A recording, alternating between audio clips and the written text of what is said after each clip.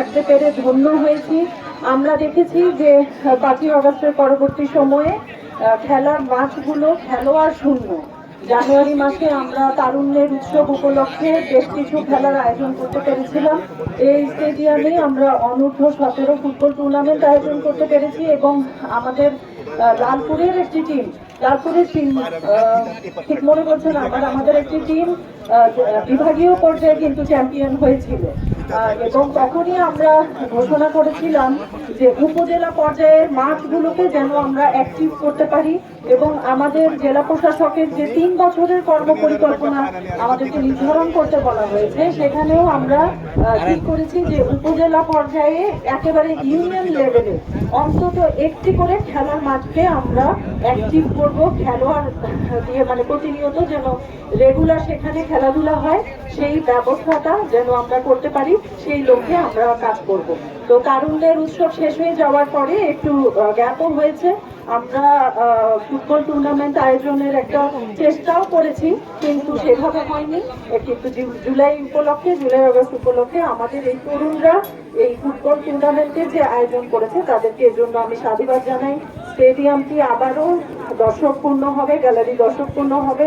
ইতিমধ্যে একজন আমাদের কাছে দাবি জানিয়েছেন যে তানভীর চৌধুরীর নামে একটি গ্যালারি করার জন্য। আমরা সেই বিষয়টা দেখব।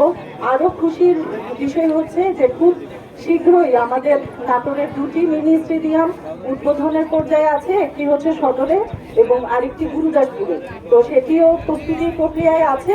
এটি যখন প্রস্তুতি কার্যক্রম সম্পন্ন হয়ে যাবে, এই স্টেডিয়াম দুটিও উদ্বোধন হয়ে গেলে আমাদের মনে হয় যে নাটোরের খেলার মাঠের যে একটি সংকট আছে সেটি নিরসনে সক্ষম হব।